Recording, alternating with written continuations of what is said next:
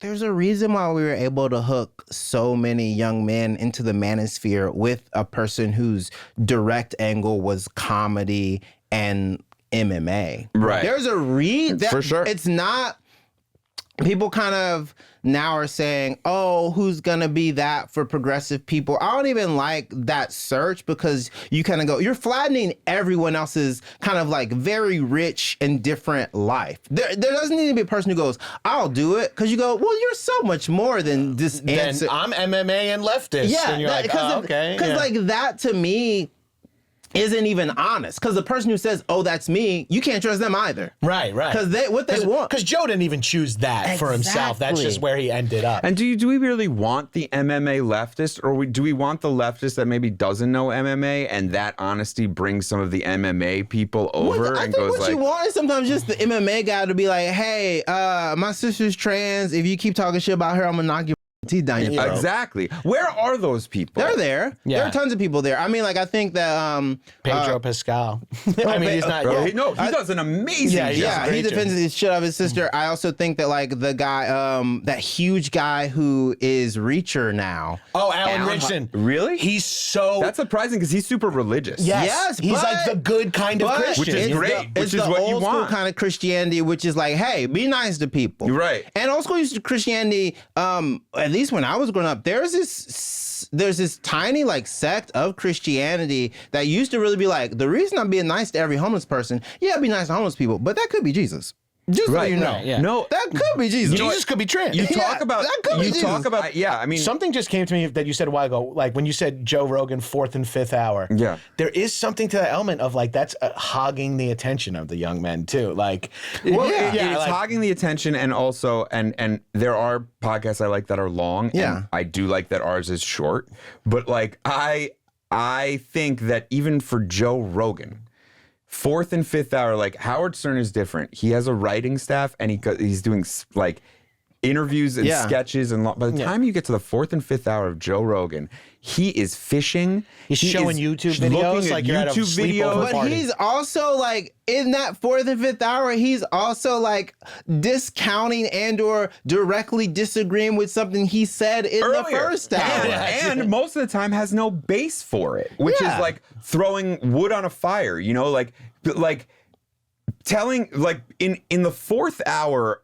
in the first hour being like, you know, I hunt. Yeah. Right. I'm a big hunter, and I'll never give up that right because it's my right to kill an animal. And I do that because I love animals. Yeah. Right. And then in the 5th hour be like, you know, all pigeons are robots. It's like the dude is you know, it's the same wood on different fires. Well, it's because like people have kind of like realized you can make money from it. You can just turn it on and not worry about it. There's kind of like that element of. There's also like something that I think people that you talked about with this podcast. People also like the kind of mess around it. So people want to watch him say something just so they can go to the comments and see if people are fighting. People want him to say something wild, so then if it gets picked up and put in a tweet or put someplace else, then there's a bunch of mess that happens Anti-Rogan around heads it. are so happy to call out bullshit. Yes. Pro-Rogan heads are so excited to see anti-Rogan heads Howard be Stern triggered. shit. That used to happen with Howard Stern. And But Opie and Anthony. But with Howard Stern and with Opie and Anthony, there was a little bit of a, okay, like this is where this stops. It's comedy. Well, it's comedy. It wasn't, okay, there was never a moment where Howard Stern, I was worried that Howard Stern was gonna directly lead to kids not getting free lunch in a state because we're cutting government stuff. Right. And not because of it. Removed from Howard's actual beliefs. Yeah. You're right, because what I think is missing is a little bit of, and I'll just say it here to prove that we are comedians. Yeah. We are not experts on health and wellness. Truly we not. are not experts on almost anything except for maybe comedy. My personal trainer license has lapsed. So is my driver's license. So don't take, but no, none of these guys will, and I'm saying guys because it is gendered. Yeah. None of these guys will ever say like, but what the f do I know? I'm just a martial artist who does comedy. And Bill No, Burr- instead they're like, you know what the Canadian Parliament needs to do? And you're like, get the Out of Yeah, here. because Bill Burr even said it. Bill Burr, when he was smoking cigars with Rogan, they were talking about COVID. He was like, "Don't do that with me right now when we're on your show smoking cigars. We're not doctors." And like everyone was like, "Is Bill Burr a revolutionary?" And in my head, I go, "No," but it seems that way because you're so used to so many people going, "That's a good point. Thank we you, haven't Joe. talked about that. Yeah, I haven't thought about it that way." But and you said something the other day that connects to this, which is the idea that even what we're doing right now, like podcasting, is inherently made to keep women out of the room Oh, okay, and keep minorities out of the room. Oh yeah. And Yeah, I said this because this is a mission statement. oh, I'm sorry. This is our podcast. This is our podcasting. No. I was like, wait a second, did I? No, but like, look at where None of this these cameras are on. Look at where this came from, right? And the other thing I'll say about Howard is like, in conflicts to Joe, is Joe Rogan does not have a Robin. Yeah. And Joe Rogan does not have a Fred. Yeah. And Joe Rogan does not have people around him, Gary. a Gary Delabate. Yeah. Of like the people around Joe Rogan, I don't know who they are. I guarantee they all have MMA. Well, and I guarantee they all, you know. It's even more. It's there. No one would dare push back. check him. And Robin checks Howard every day. Yeah. Every day. And like that's why they work. That's why there's a certain element of that is like Robin and Howard are all of us, right? And Howard would also air the stuff that was him getting checked. I mean, I remember watching people come to Howard Stern and kind of be like, and what the do you think about that? Like Mariah Carey being like, you don't think I sing live? You don't think I can sing? Or like any celebrity that would come through that would have like a bit of a beef or iffy relationship with him. That doesn't happen with Joe. And if it does happen, those clips either get buried or they don't blow up. Because there should be a person that comes to him and goes, no. If this is actually the open place for discourse. But what happens is Bernie goes in there, he goes, I believe everything you say. And then JD Vance comes on next week and goes, I actually believe everything you say. And then they only run the clip of Bill Burr smoking cigars. And you don't get the context of him being like, don't pull your doctor shit. Yeah. You know?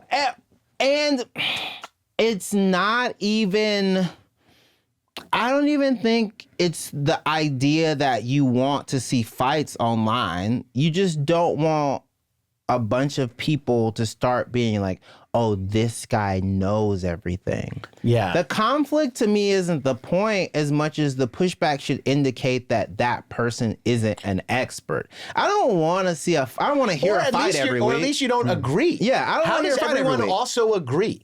That's where you get into like weird territory where it's like, we're not saying stuff that is like universal of like, I love nature and someone's like, nature actually sucks. Yeah. But we're saying weird political things that somehow all his guests always agree with everything. That cannot be correct. But that's why the form in and of itself is a nightmare. What we're doing is a living, waking nightmare. we can't be checked by anyone. You can't. The whole point of this is to not be checked. That's why men created it. That's why that Joe is Rogan. smart. That's why even like Mark Maron. Even Twitch streaming, you're like one person talking to your camera. Mark Maron, God bless him, I love him. He's on the right side of it. He holds because to me, I agree with his beliefs. But like he holds the right side of it. Yes. But what he was doing when he started this was saying, you can't check me. I will not listen to anyone. And I'm going to have an equal voice as a major corporation that has lawyers and vets things and has standards. So then now we're all flattening. Now there's no DEI. There's no, so we're all just flattening. Both of y'all have lived in LA more than me. The big kind of thing I think that does come from that fear of not checking is, oh, well, I don't want to ruffle any feathers because if I'm kind of mean to this person is connected to this person. And now the fear is like, if you say anything negative about those comics or about anyone kind of in that scene, you'll never get to do Rogan. And because he's a kingmaker, then when your special comes out, you won't get to go on Rogan and promote it. You won't do numbers, blah, blah, blah. Like everyone's so scared. But that's true on the other side as well. That's heightened so much that people don't even say like a movie is bad anymore. Yeah. Right. Because everyone's like, well, I might want to work with them. It's like,